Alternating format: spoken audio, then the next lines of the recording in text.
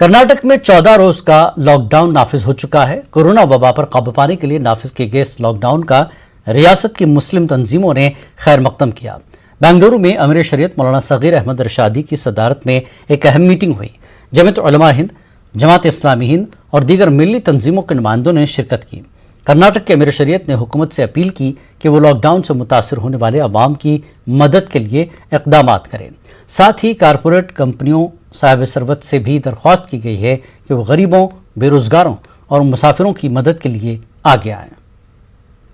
हम हुकूमत से ये गुजारिश करते हैं कि आपने जहां मरने वालों की फ़िक्र फरमाई है और बीमारों की हिफाजत के लिए जो आपने फ़िक्र फरमाई है, उसी तरह आप ज़िंदा लोगों की भी परेशानियों का ख्याल फरमाएं। लॉकडाउन करने के बाद जो हालात पैदा होंगे, रोज़ कमाने खाने वालों के और मजदूरी करने वालों के जो हालात पैदा होंगे, उनके लिए हुकूमत ने क्या इक़दाम किया है, क्या इक़दामात कर रखे हैं कि वो लॉकडाउन के बाद जो है उनके लिए क्या सहूलियात फराहम करेगी।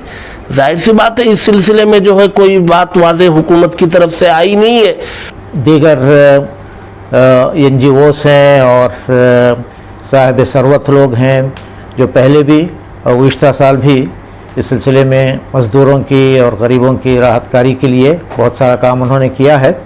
आज माशरे के हर फ़र्द की ये ज़िम्मेदारी है कि वो अपने आसपास जो गुरबा रहते हैं और ख़ुसूसन कॉरपोरेट सेक्टर की भी ये ज़िम्मेदारी है और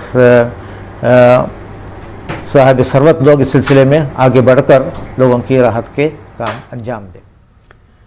वक्त एक ब्रेक का, ब्रेक के बाद फिर लौटेंगे।